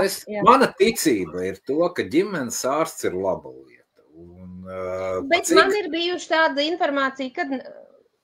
man ir paveicies dzīvē, ka man ir saprotoši dzīve. Un tā lieta, ka tev ir vienkārši paveicies. Un es labprāt izmantoju to, ka man pienākās tāda kārtīga asinsaina katru gadu.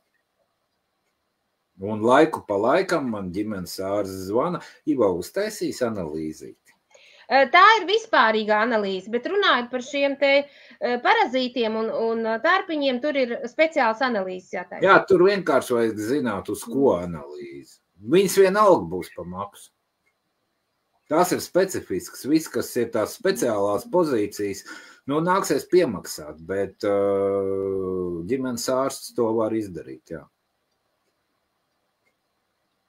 Tā kā, ja kādam vēl jautājumu labprāt, vēl kādu laiciņu esam gatavi atbildēt, būtībā vēl 8 minūtes. Tā kā jā, daudzas atbildes varēs arī, ja sekosiet lapai dzīvo labāk. Šī nav ne pirmā, šī ir pirmā. Bet nebūtu ne pēdējā tiešraide. Būs par dažādām tēmām, pa visām 3 tēmām, kas saistīti ir ar labklājības celšanu.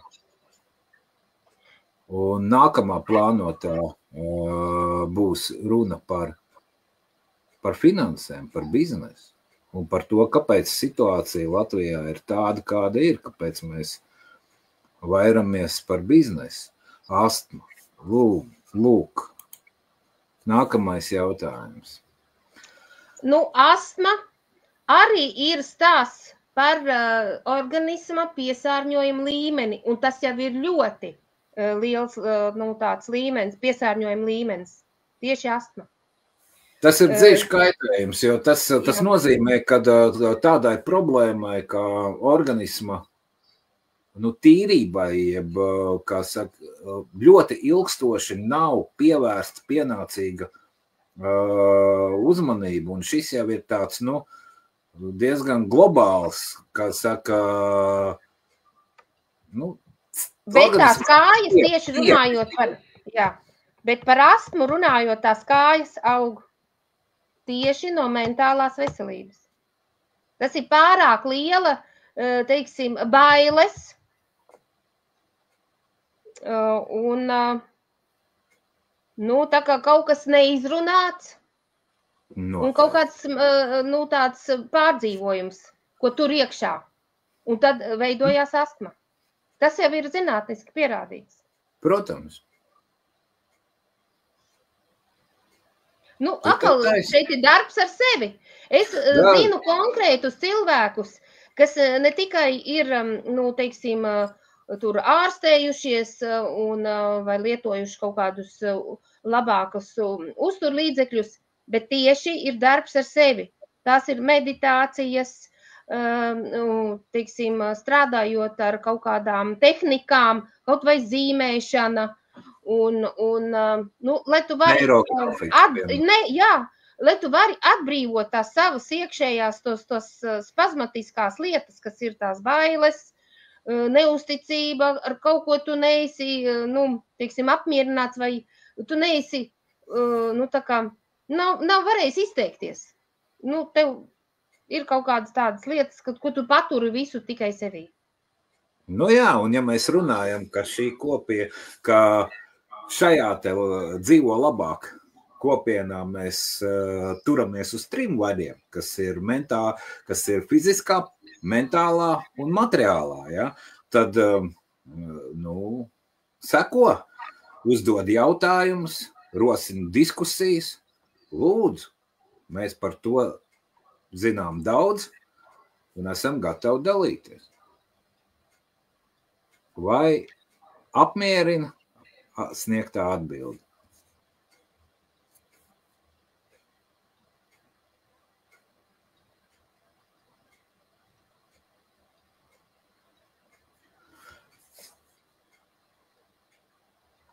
Es ceru, ka mēs atbildējām uz jautājumu. Komentārus nerakst, bet labi. Kaut kas atnāk. Locītavu problēmas. Teiksim tā, pa locītavām, šis ir jau iekaisuma problēmas. Tas ir saistīts ar iekaisumiem.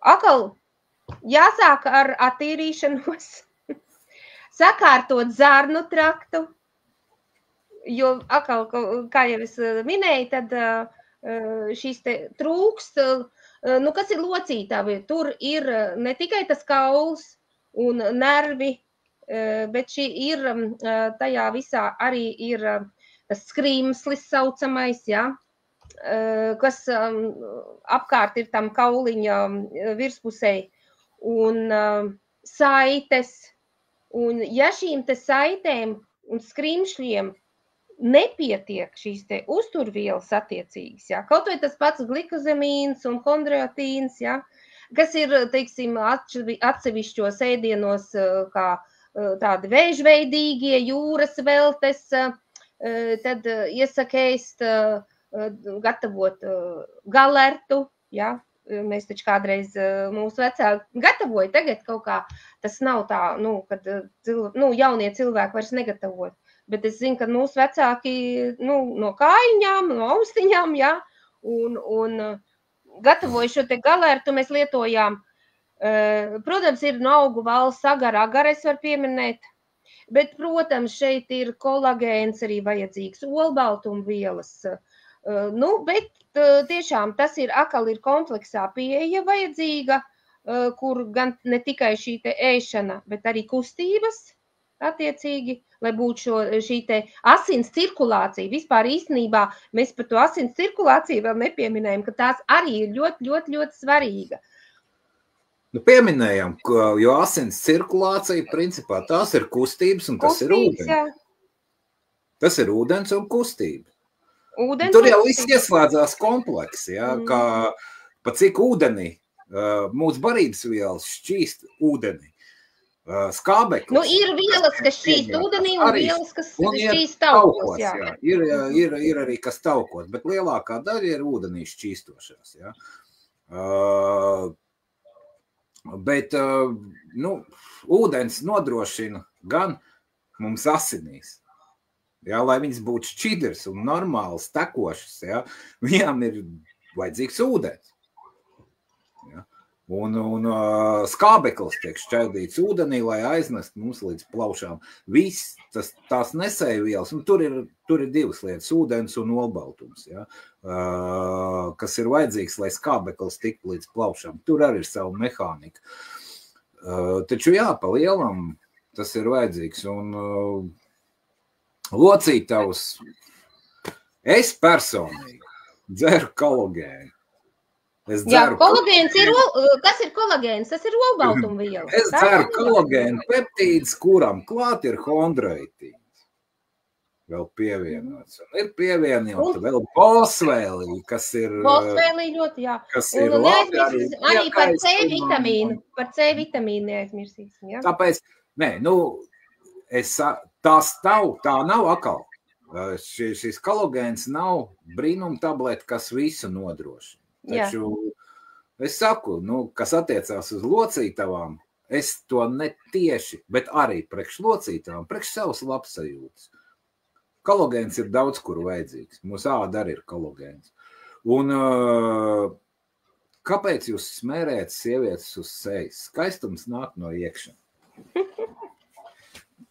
Mums tās visas vielas ir jāsintizē savā organismā, nevis jāmēģina iedabūt savu rādu.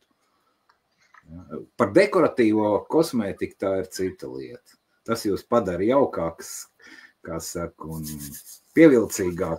Tātad īsumā ir atkal jāsāk ar attīrīšanos, sakārtot zarnu traktu, lai varam uzņemt visas vielas vajadzīgās ar ēdienu, un ūdens kustības, lai būtu asinsrita laba, lai šīs vielas nonāk līdz šim locītavu šūnām, jā.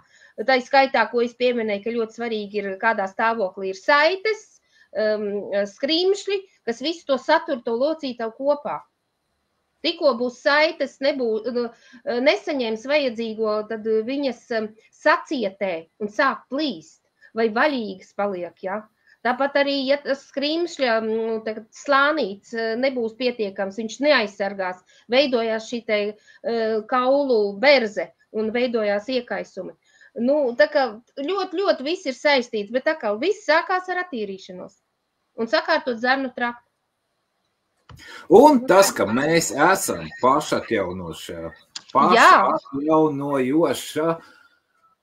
būtne. Mums ir iestrādāti pašatjaunošanās mehānisms. Jā, mums organisms ir unikāls. Smadzeņu šūnas neatjaunojās. Beigās te jau ir pasludināti par konkrētiem meliem. Atjaunojās. Tāpat ir ar skrimšļiem. Notiek organismā šūnu reģenerācija. Šūnas tas notiek gan skrimslī, gan kaulā, gan kaulā vislēnāk. Bet katrai sistēmai ir, katram ir savs laiks. Piemēram, kuņģu šūnas atjaunojas 3-4 dienu laikā, ādas šūnas atjaunojās 2 nedēļu laikā, asins šūnas atjaunojās 3 līdz 4 mēnešiem. Lēnāk atjaunojās kaulu šūnas, bet arī atjaunojas 7 gados. Protams, un 7 gadu laikā atjaunojās viss. Tev ir nomainījušās visas šūnas, tu spogulī to neredzi varbūt. Ja neesi mainījis savus ieradumus, tu to neredzēsi. Jo jautājums ir, kādā kvalitātē tavas šūnas un kādi ir viņu dzīves apstākļi. Kādus tu vai tām šūnām ir pieejami izēja materiāli, lai viņas varētu atjaunoties? Ja tu mēdēs badās savu kaķi, tad kā saka, viņš arī nevēl pēc nekā laba neizskatīsies, uz izstādi nevedīsi, un ja pavisam mēģinās badā nomērdēt, tad viņš sāks tev pašam uzbrukt virsū. Redzi, kā saka, autoimūna saslimšana, jā. Īstenībā, ja iet runa par dzīvniekiem, tad veterinārī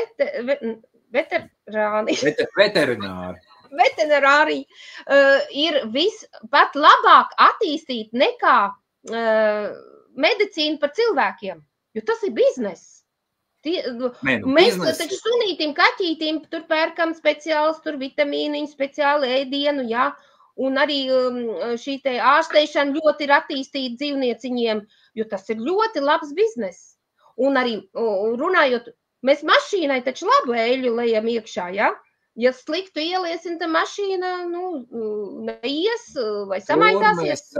Mašīnas īpašnieks sapratīs, ja ielies ne to, tad tas viņam dārgi maksās. Bet ko mēs paši sev ieliekam iekšā? Par to mēs varbūt sākam domāt, bet varbūt arī nesākam domāt. Jā. Bet to, ka tas dārgi izmaksā, mēs agri vai vēl sajutīsim, atverot medicīnas iestādes durvis. Tad būs lielie rēķini. Tad būs lielie rēķini. Tad ir lielie rēķini. Cik pie mums, cik vispār maksās speciālistu vizīte, es domāju, tas nav nekāds noslēpums. Un, ja jāsāk apmeklēt ir speciālisti, tad, ļoti. Labāk līdz tam nenonākt, jā. Jā. Kad sāk palielināt izdzertā ūdens daudzumu, cik ilgi parasti notiek pierašanas laiks, un kad organisms pieņem to par normu? Interesants jautājums. Es, godīgi sakot, es tad nezinu precīzi, bet, ja, teiksim, es domāju, ka ar 2 nedēļām vajadzētu pietikt. Līdz 20 dienām. Es pēc savas pieredzes varu teikt, ka es no pilnīgi ūdens nedzērāju līdz tam, kad sasniedzu tā kaut kādi gandrīz savu fizioloģisko normu, kas ir teju 2 litri. Es sasniedzu apmēram 2 mēnešu laikā. Bet tas bija noteikti. Teiksim tā, tas jau kompleks, tas nav tikai tā ņemt un sākt dzert ūdeni. Man jau bija kompleks, man bija jānomaina visi mani mīļie dzērieniņi pret ūdeni. Tas ir atkal noteikti, tas ir individuāli. Man jau sadzēts, tam vienmēr pretojās, un kamēr ir jau tā, tā ir paradumu maiņa. Jā, šeit ir vienkārši jāseko sev līdzi un jāieklausās savā organismā. Es domāju, ka tas būs ļoti individuāli. Jā. Jo katram, kā jau teicu, organisms ir atšķirīgs. Vislielākos panākums, jebkurā jomā, cilvēki gūst, veicot tās saucamos baby steps, jeb mazus solīšus. Pa solīšiem, jā. Tāpēc, lai ko tu dari, domā ar apmēram tā. Šodien es izdzēru tik rītā par 5% vairāk.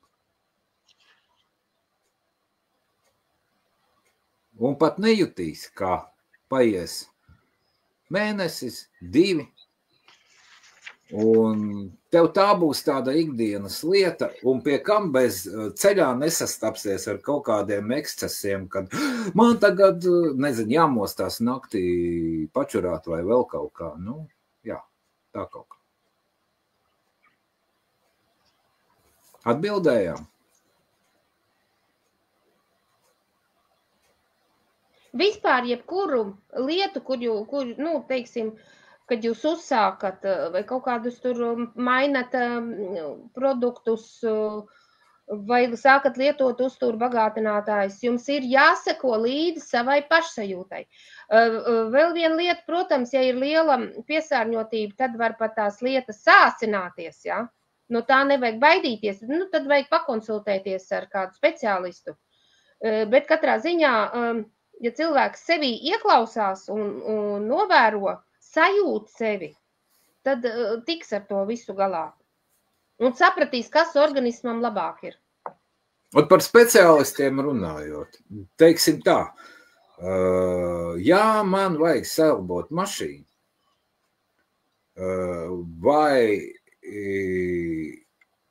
es to varēšu kvalitatīvi izdarot, dodoties pie klaviermeistara?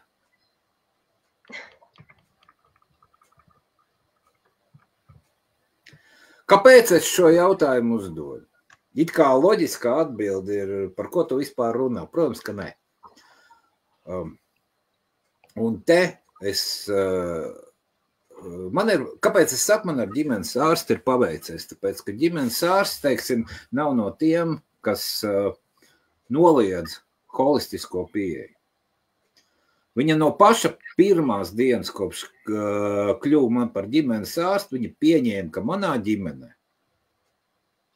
medikamentus lieto tad, kad nav cita iespēja. Tāda brīža mēdz pienākt. Ja? Kad vienkārši, bet tas ir pēdējais ierocis, kad jālaiž smagā artilērija. Ja? Ka mēs, un jā, viņa zina, viņa atbalsta, un viņa zina daudz arī par tām lietām. Un tāpēc es saku, man ir paveicies, ja? Ka viņa nevis pasaka, padzer kaut kādus vitamīniņus, bet es, protams, viņai varu pajautāt kā speciālistai, kāds ir tavs viedoklis, ko man labāk darīt. Viņa vienmēr iedos labu atbildi, un ka es to zināju. Taču drīkst arī pajautāt. Viņa arī ir speciālists, ja? Un par speciālistiem tāpēc, ja jūsu ģimenes ārsts neatzīst tādu lietu kā pārtikas ietekmi, uzturu bagātinātājus un neskatās tālāk par medikamentiem plašāk, droši varat zināt, ka tas nav speciālists, kam jautāt, vai uzturu bagātinātāji ir labi vai slikti.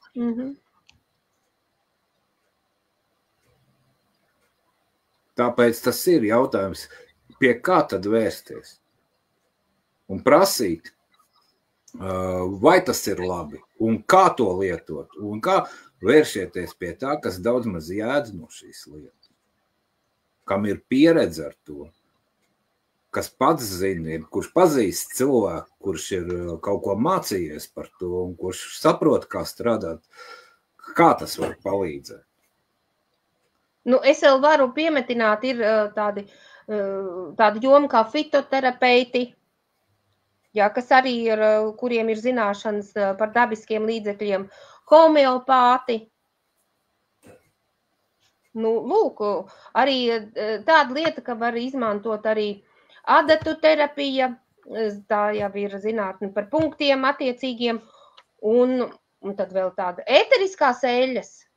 Arī var izmantot savu veselībai. Aromaterapija. Daudz kam ir vieta. Ja? Kāpēc arī runājam par holistiku? Ja? Tā ir tāda visam. Tas ir pilnvērtīgs skatījums uz cilvēku organismu. Un tie ir uz visiem šiem faktoriem, ar ko jāstrādā. Un instrumenti ir ļoti dažādi. Un dažādi instrumenti spēj savstarpēji ļoti labi miedarboties. Un nav tā, ka jādara tikai viens. Ja, nav tāda universāla instrumenta, ar ko pieiet tikai viens. Dzīve sastāv no dažādām detaļām.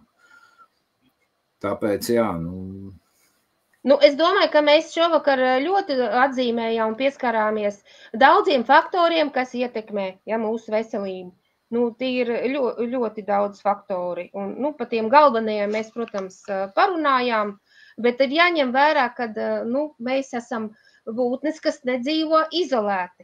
Mēs mījodarbojamies ar apkārtējiem cilvēkiem, ar apkārtējo vidi, ar dabu. Un tas viss ir jāņem vērā. Protams. Bet zini, kur ir labā ziņa? Jā. Ar ko miedarboties? Tā ir tikai un vienīgi mūsu pašu personiskā izvēle un attieksme. Un tāpēc nevajag sūdzēties, ka man ir tāda vide vai tāda. Nepatīk, domā, kā to nomainīt. Kā mainīt, jā. Un ja runājot gribi arī... atbalstošu, pozitīvu un radošu vidi, nu, pievienojies mūsu kopienai. Sāc ar to, kas seko lapiņai, un ko tu vēl vari iegūt, un kā tu vari pievienoties slēgtai grupai vispār kopienai, nu tad jautā. Mēs pastāstīsim, tas ir atsevišķs stāsts.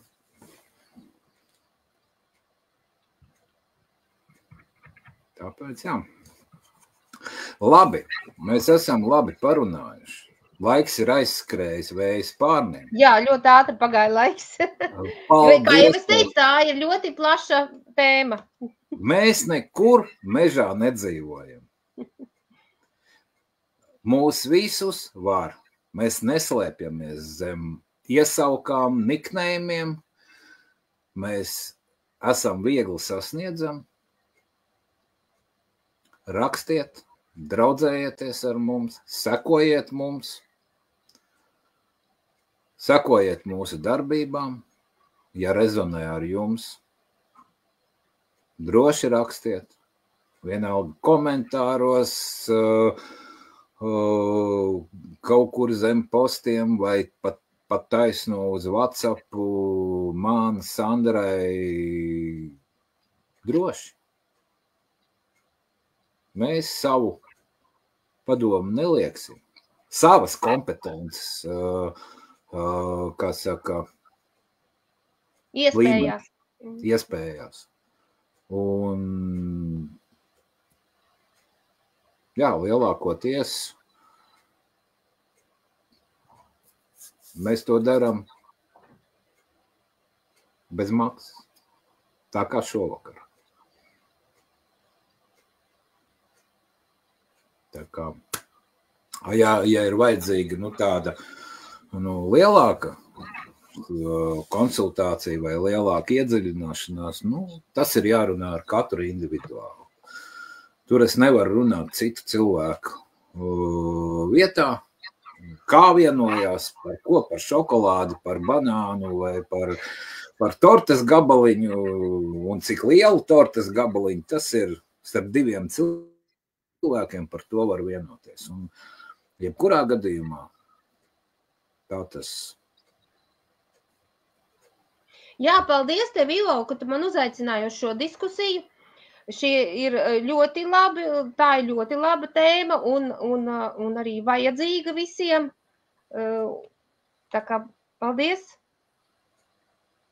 Bija patīkami ar tevi parunāt. Piedodiet mūsu varbūt kaut kādu tādu, varbūt mēs to darām pirmoreiz. Šādi. Mēs esam uz skatuves bijuši kopā, mēs esam atsevišķi bijuši uz skatuves, bet šādā veidā tā ir tava pirmā pieredze, mana pirmā pieredze šādi iziet dzīvajā. Nē, nav jau tā, ka es neesmu internetā runājusi. Es nerunāju par to, kā vispār. Šāda formāta. Šādā formātā, jā. Ir mūsu pirmā pieredze. Un ar katru pieredzi, un šī nav pēdējā un nebūs pēdējā, tikai aizvien uzlabos šo lietu. Mēs neesam neviens perfekti. Mēs visi kaut ko mācamies. Bet svarīgi ir sākt darīt. Rīcība. Galvenais ir rīcība, jā. Ne tikai nodoms, bet arī rīcība vajadzīga. Pareizais laiks ir sākt šodien. Nevis gaidīt brīdi, kad es būšu gatavs. Un katru dienu var sākt... Labs, kas tur. Jā. Un katru dienu var sākt jaunu dzīvi. Katru dienu tev ir dot iespēju. Katru dienu, katru rītu mosties pilns jaunu iespēju. Teiksim tā. Jā, paldies par jautājumiem. Visi tie, kas redzēs vēlāk, droši rakstiet jautājumus, atbildēšu privāti. Un turiet ausis, acis vaļā, padomājiet par to, ko jūs varat savā dzīvē mainīt un kas dotu jums tādu uzrāvienu. tālāk uz veiksmīgu dzīvi, uz priecīgu dzīvi, uz laimīgu dzīvi. Jā, un lai vairotu šo te prieku, kas mums ir, kaut kā mums ir tā pamaz tas prieks, tad mans ieteikums atrodiet lietu, ko jums patiktos darīt, kas jums dod to prieku. Tie ir dažādi hobiji vai kaut kādas aktivitātes, ja? Un tad tas mans novēlējums – vairojam prieku un smaidam. Ja galīgi nespējat saprast, kas rada prieku, kas ir tas, kas jums dzīvē varētu darīt prieku, vai baidaties kaut ko mainīt, vai nezināt, ko tad mainīt, lai es to varētu darīt, varat pieteikt man bezmaksas konsultāciju, es palīdzēšu jums to noskaidrot. Pavelti. Man vienīgais, kas būs svarīgi, ja tas būtu bijis vērtīgi, sniedziet atsauksmi. Tas ir viss, ko es prasu par tas vidēji aizņem 45 minūtes, varbūt stundu, neilgāk. Tiksiet skaidrībā, un es arī iespējams varēšu dot kādu padomu, kā realizēt, ko darīt. Pirmie solīši. Tāpat, ja vēlaties redzēt plašāku bildi par savu organismu, mīļie liepājnieki, rekur ir speciālists, kas var šajā ziņā ieviest plašāku redzējumu. Es runāju par funkcionālo diagnostiku, par biorezonansi. Tā arī nav panacēja, bet tas dod plašāku skatījumu. Tāpēc tiekamies dzīvē, ēterā, novēlu visiem kārtīgi šonakt izgulēties, iet gulēt ar pateicīgu sirdi, mosties ar skaidru galvu un ar prieka dzirkstelācijas. Atā! Jā, atā!